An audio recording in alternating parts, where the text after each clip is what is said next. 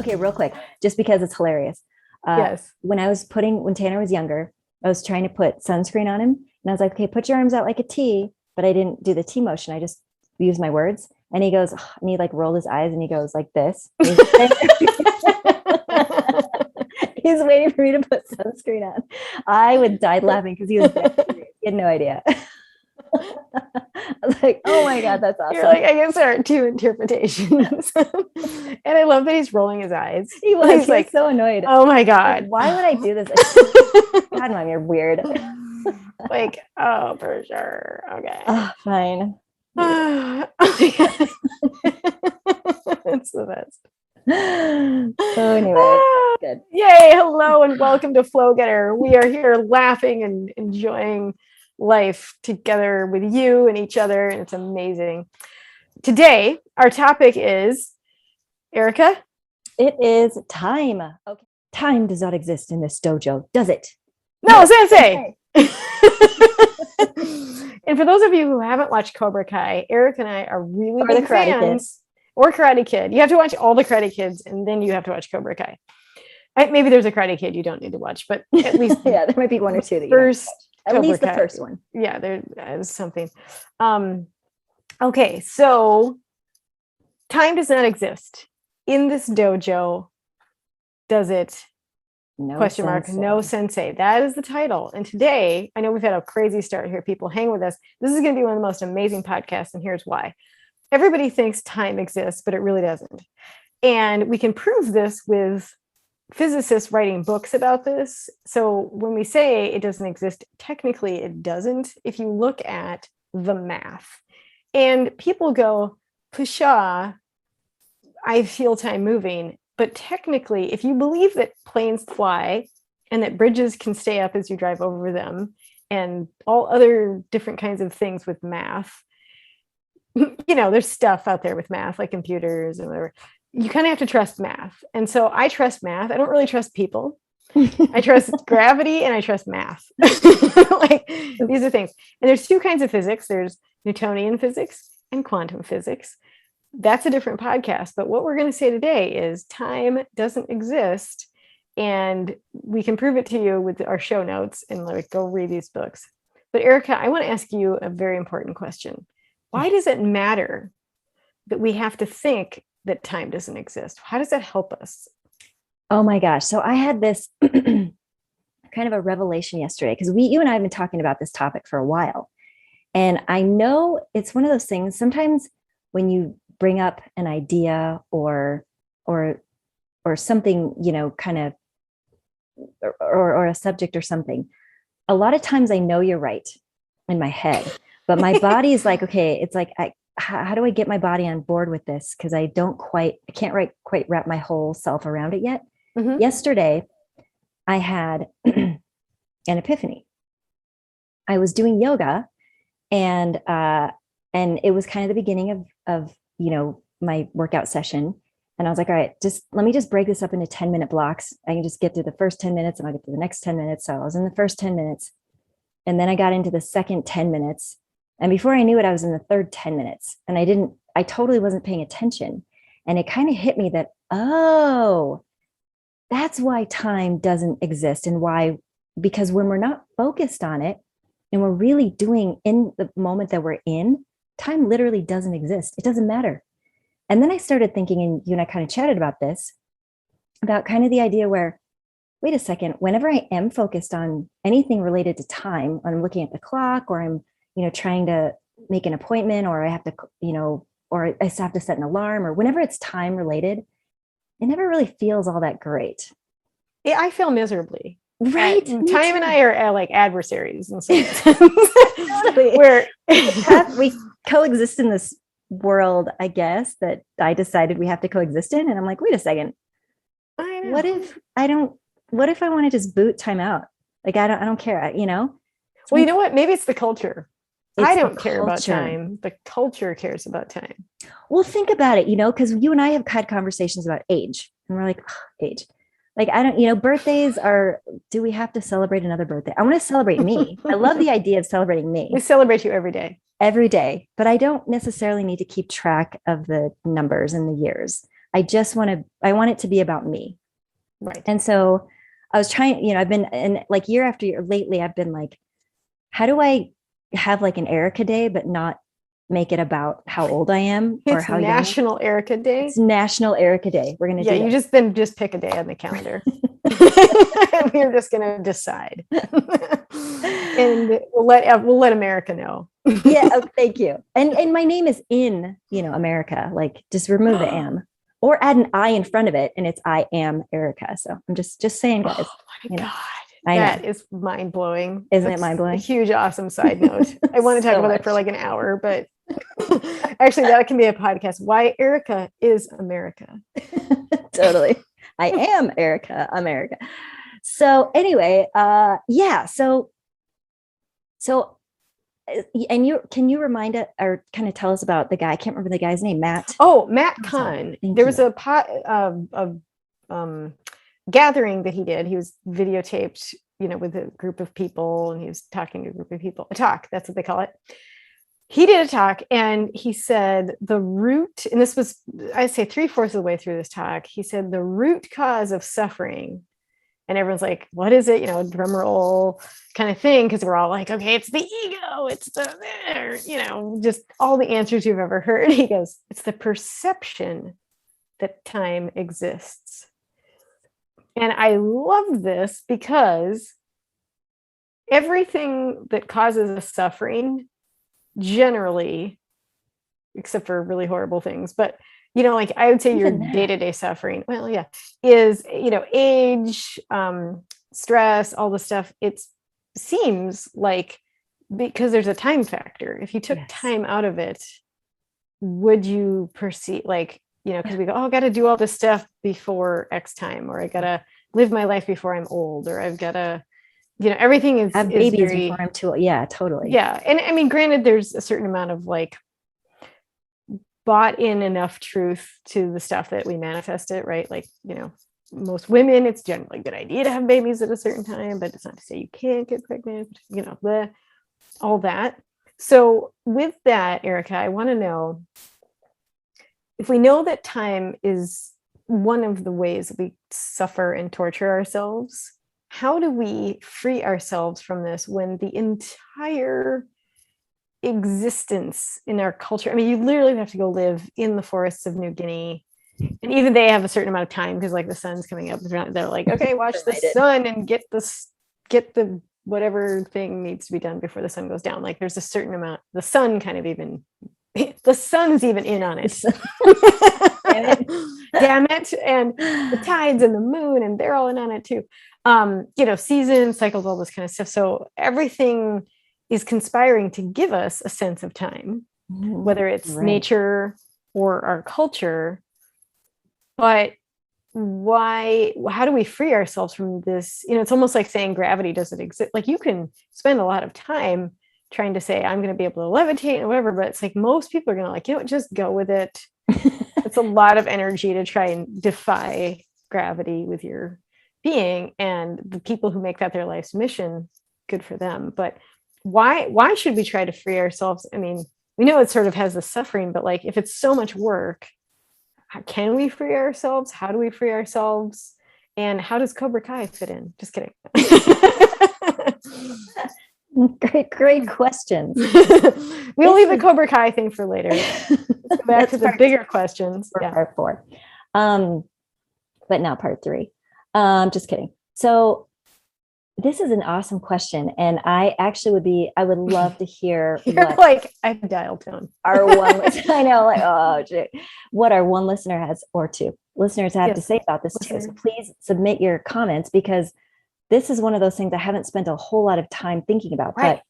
It's a good question though. But it's a great question. And thank you, Lisa, for introducing me to Arrival, the movie, because this is kind of what another one that got me thinking about.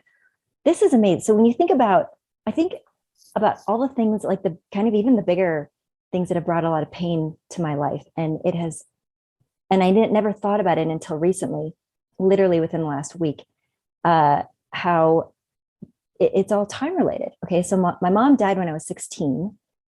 And when someone dies or you have a big loss like that, it's all about time. It's like, oh my God, I'm never going to see this person again. And all you're doing is lamenting about how the rest of your future, that you can see is without this thing or person or whatever. Right. Yeah. That's why we dread the loss of people we love. Exactly. It's all time based. It's, and then now I'm like, okay, so, if I have to think about it, I'm like, all right, my mom died when I was 16, which was, I don't know, like almost 30 years ago. Don't If I tell me have when. to It was think like about 15 minutes ago. I You're know, so like, young. I mean, exactly. So And young. right. And so, and I'm like, wait, who cares if it was 15 seconds ago or 30 years ago or 60 years ago? Like, ideally, it doesn't matter because, and I know, like to your point about how there are certain, we live in a society where, okay, well, I admittedly have lost, I'm sure, some of the memories I have of her. But that said, because of the relationship I have with her now, and it's really fun and cool, and I'm enjoying it very much, it doesn't matter if I don't remember hardly anything of her human form, you know? Right. It's the feeling that I get when I think about her. That's what I want to hold on to. And that is like timeless. That's just an in the moment thing that I can conjure up at any moment. And that is outside of time, I think. I'm just riffing here because No, I love it. you Okay. have thoughts. There's two major things. I have so many thoughts. Okay. Yay. Thought one, arrival. Thought two, you said your relationship with your mom now. Okay. So on one hand, we have your relationship with your mother now, and we've referenced this in other podcasts for people who haven't listened before. Your mother has passed and you have a relationship with the energy being that she is, and we have so much to tell you about her, and she's also going to be a guest on our show, and we're not kidding because she actually communicates with you Serious. Dead serious. I love it. Oh. She communicates with Erica through literally blinking lights and stuff. It's crazy. Green orbs and all. Or yeah, there's green orbs, and it's insane. So we're going to talk about that in more depth in other podcasts, but just as a side note for the listeners. The other thing is the movie Arrival, and that's with Amy Adams and Jeremy Renner, who will hopefully be on our podcast, and we can talk to them about making that movie. But we want to know from your perspective, Erica, like what did that movie had, it was really much more about time in a lot of ways than anything, more so than, aliens or anything. Yes. So what did that mean to you, and how can that help our viewer, because you had like a really good, I think, we talked about it before, but how does that help when you're, like, does it help you just let go of being attached? You know what it does, because when we are conditioned to think linearly. And I'm not sure, I don't know when that starts. But this world, for some reason, we think in terms of past, present, future. And I now understand that that's just one way. That's just one line. But if you think about it, even, I talk about this a lot, but I have this kind of belief that the physical world is just a physical representation of what is everything. So in other words, if you look at even like the globe, or really any kind of planet we study that we know of, any moon, sun, like they're all round. There's no lines. Nothing. There's hardly any right angles. The aliens brought all the right angles, first of all. Like there was no right angles before. There were no right angles. The aliens showed up, and I don't know why they have right angles and we don't, but we have no right angles. And then they're like, here, have some rectangle stuff. And you're like, what? What is that? Okay. Exactly. Edges. Right? Edges, what? Okay. Come on. It's kind of like, go ahead. Oh, I was going to say that the thing that I got out of Arrival, and like, I think you watched it a couple times, was that she embraced things that weren't so pleasant. Coming, I don't want to ruin the movie for people who haven't seen it. It's a must see. She embraced things that weren't so pleasant even though she knew they were going to happen, she still decided to choose her path.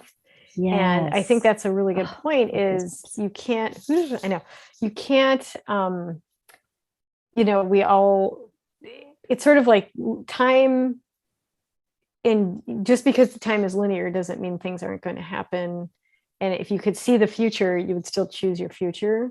Yeah. But I think there might be a reason though that we're in this dimension, in the third dimension with the space, fourth dimension with time, so that it's like a really limited experience. It's almost like looking under a microscope at something, you can't see anything else.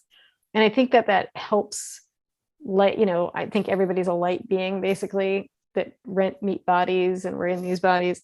It helps us just be like super focused for a bit, because if you were to able to see the infinite dimensions of time and space and everything that there is to see, I think people just go insane. And I'm sure there are some people that can see that. So what I want to know from you is, what do you plan to do with this information, as far as like, there is no time, they've proven it with math, we have movies to support our claims, your mother is on the other side in a timeless realm. How do you start on Thursday morning, to like change your life with this information? Like, that's I think the tricky part is the application of our thoughts, right? Like, how do we, and they're not our thoughts, we're synthesizing them, but how do we do it? And I don't know that I have an answer if you ask me the same question. But it's good food for thought, It's amazing food for thought. I love everything you just said. And I hadn't thought of that side of it. How she knew her future and she chose it anyway. I love that, because I think about that, in terms of, I've been asked this question before: if you could change what happened with your mom, would you? And I'm like, no way would I do that. And the reason is because I think that happened, and that's what pushed me down the path that I went down, which I, love. I mean, you're the one who reintroduced me to my mom. You're the one who saw, yes, which is so cool. And I just, I'm kind of sitting with that thought right now, because I think, well, you're doing the processing of, I'm doing the processing. Yeah. And maybe that's what it takes too, is not so much that we have the answer, but talking to each other, talking to the audience, go process what this means to you. If someone suddenly said, there's like a perception of time filter, and then you deleted that filter and you could exist, and I think that's why people who are Eckhart Tolle types and meditators, in the present moment's where it's at, right? Zen, everything, stop thinking, because it's right there. And there's so many people that are into this, I can't even begin to list them, but Eckhart Tolle is my favorite, obviously. And so I think because I'm not a regular meditator, I haven't been to the present moment as much. And another thing I wanted to bring up, sorry, sort of a little shift there, is if we resist the moment, the present moment, like, I want to just be done with washing the dishes so that I can fill in the blank, right? Mm-hmm. If we just completely accept the present moment and we're not trying to be somewhere else, which is really hard when you have powerful brains the way we all do. If we got good at that, we could find the present moment, and then what dimension of power is inside that. And I say power on purpose because, like, if you're accessing, it's almost like you drop into the matrix and then you access, like, oh my God, there's like more in here than just what I thought. And I can choose anything and be anything, kind of like Neo, right? Where as soon as he was like, oh, wait a minute, I have control over this. That's sort of the metaphor for, like, if you really got good at the present moment, you're at a true choice point. Yes. And so maybe the idea here is like, okay, we can't get you to not perceive time in daily life. Like, that's kind of going to happen. The way to enjoy your life more, and you won't feel so much, if you enjoy your work, you never work a day in your life, or that kind of thing. So, and meditate more. Yeah. Okay, so, you know what I mean? Like, get in the present moment, try to do things you love doing so you lose time, Yep. like lose the sense of time like you did with yoga, Yeah. and watch Arrival. And watch Arrival. we just love this movie. And listen to some Eckhart Tolle, because this Yeah. is a big theme. He's all Yeah, about and presence. wear one of these on your head. These Ooh, are a head that feel massager good. things. Feels so That is good. awesome. It's like 1,000, I don't know, 1,000 angels dancing with all your nerves. It's like so good. Yeah. It's like so that good. egg crack thing on the head. And It's just, an egg crack thing that they used to do in high school. It's amazing. Yes, so Yeah. good. And so I had this nearby. I'm like, oh, that feels really good. I'm gonna do it. And I don't know if I shaved, but I hope so. Okay. I hope that I shaved today. That would be amazing. Erica, I love you. I love you too. And I think, okay, you and I can talk about this. I don't know what our listeners are going to do, but let's try to commit to what's the why. Like, okay, daily life, I just get a little happier, enjoy my life more. But like, where's the real payoff in meditation and doing what you love? Like, yeah, we got to get geeked up about it. Otherwise, it's like, yes, meditate more, enjoy blah, your life. blah, Like, blah. blah, blah, blah. Nobody wants to hear this. Well, but why? Like, why do I want to do this? Here's the thing. I think, for me, anything that's negative in the world boils down to fear. And yes, when we'll just say yes. We'll just say yes. Okay, say yes for a second. Yes. When you are in the present moment, because the word fear, like who wants to feel fear? And you can call it a whole bunch of different. I love it because I do it all the time. Apparently, it's fun. And fear is okay. So it can be anxiety, it can be depression, it can be, I don't know, name a bad word. And I feel like it's just fear. Okay, so poop is no.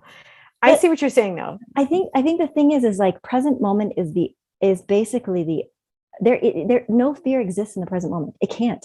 It just doesn't. When you're in, explain that to me, because I like to feel like I can just feel fear right now on command. And here's why. And the only reason you're feeling fear is because you're thinking about something else that's not right here, right now in this moment. This is true. There is no alligator in this room except there's no, and even if there was, and here's the thing, you gave me this amazing visual.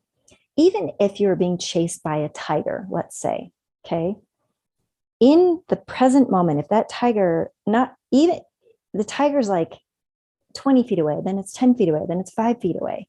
But even as it's getting closer and closer in the present moment, that tiger's still not up on you. It's not. You're right. And even when it does get up on you, my assumption is that your mind's going to just leave your body. Like you're just going to go. It's done. Like you're not even going to. Bye, Felicia. Yeah. Bye, Felicia. There's a reason why people don't remember what happens in a traumatic experience. They remember up to a certain point, and then it's like, I don't remember. Or even if they do, I don't know. I've never really been in a situation, but my assumption is that if you can master the present moment-ness, there is no fear. Even as a tiger's going like this and biting into your face, that the thought of it is freaky. 11-year-olds at home, sorry guys. It's a freaky thought, but it's only a thought. Yeah.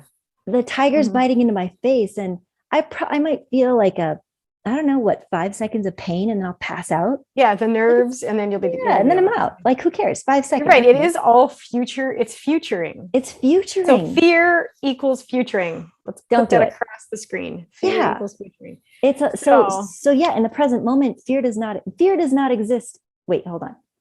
Fear does not exist in the present moment, does it? No, Sensei. Okay. We're gonna go with that. Thank you for all the Cobra Kai. I love it so much. I had to bring it back. You had to bring it back. So yeah, so I think that for me is a big like motivator to get in the present moment, because I don't like to feel ick. I like to feel good. You brought up another good point. Have I? Yes, I think some people like to feel ick because they'll send you videos with scary things on them.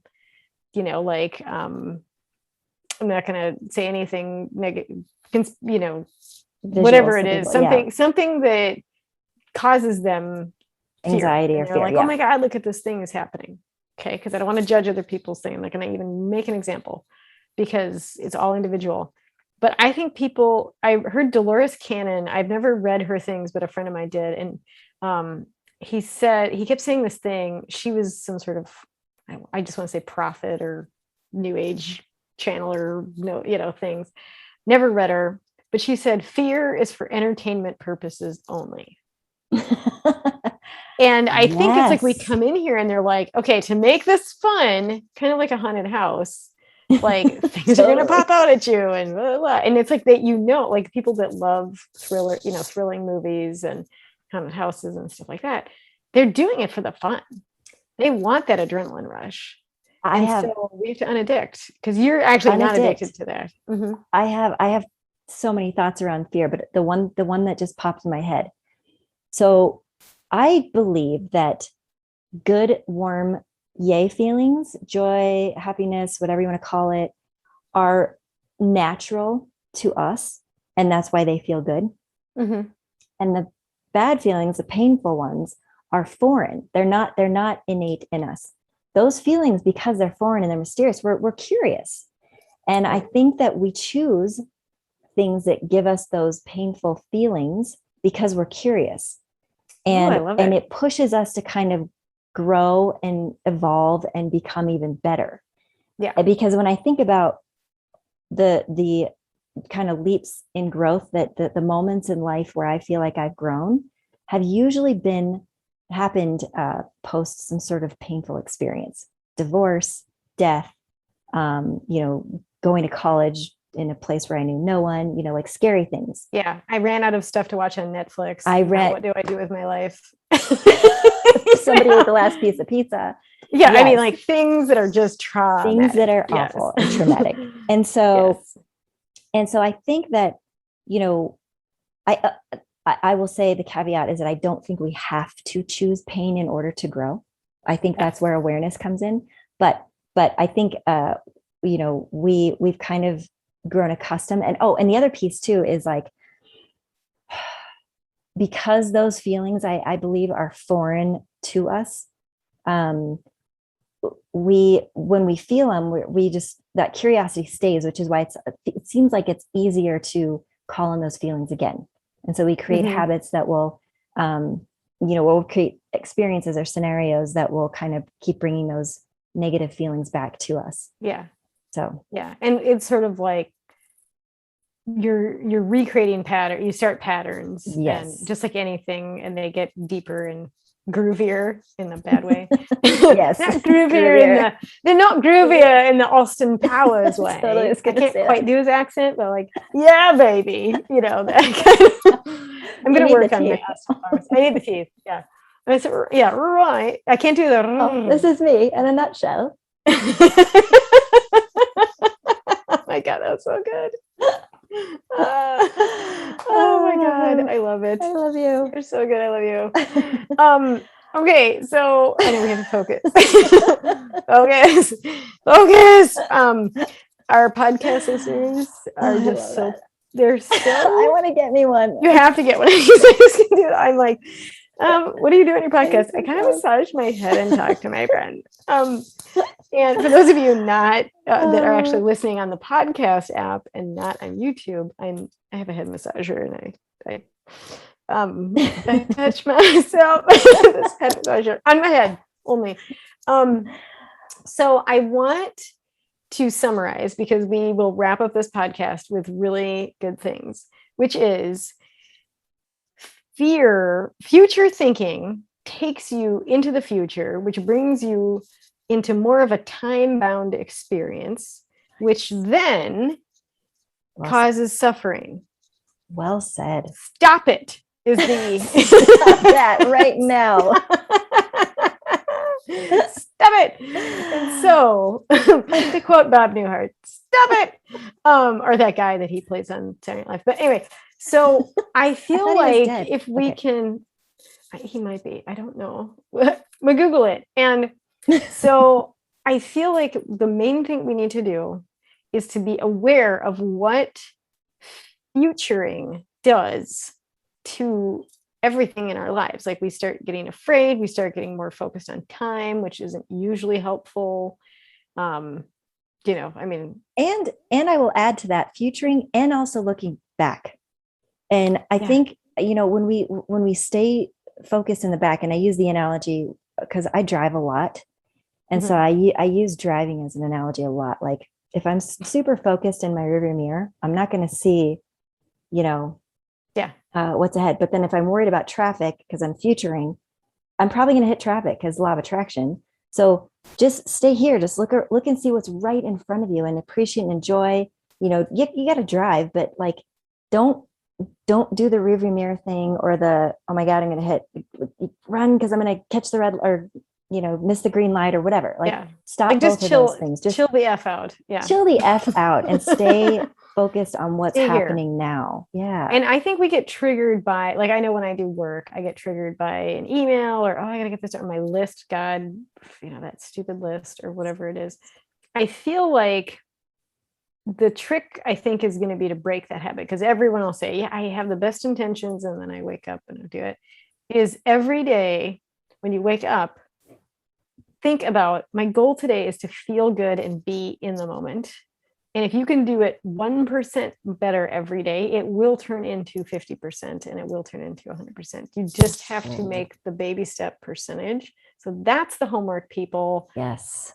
I mean, if you can do that, you could do anything. I think it's just, we make it complicated because the sheer will is really difficult, so, I need this process or whatever. It's like, because time does not exist in this dojo. No, does it? Does it? No, no, it don't. No, so take that and go take run that and rewind it back. Oh wait, no, don't rewind it back because that's past. Yeah, that was the first take song you could have stay in the present. Yeah, it doesn't rhyme. Present moment. I know it's hard. Okay. We obviously have had a long day, but we podcasted anyway because we love you and we love us and we love we love you guys. We love it. So thank you very much for sticking with us today on Flowgetter. We will be here next week to talk about something else. Until then, we will see you in not the future. We will just see in you the present. We will see you in the present moment at some other. You can't moment. Say it. You can't say it. We'll see you in the present moment. The end. The end. Yeah. Bye. Okay. Cue the music.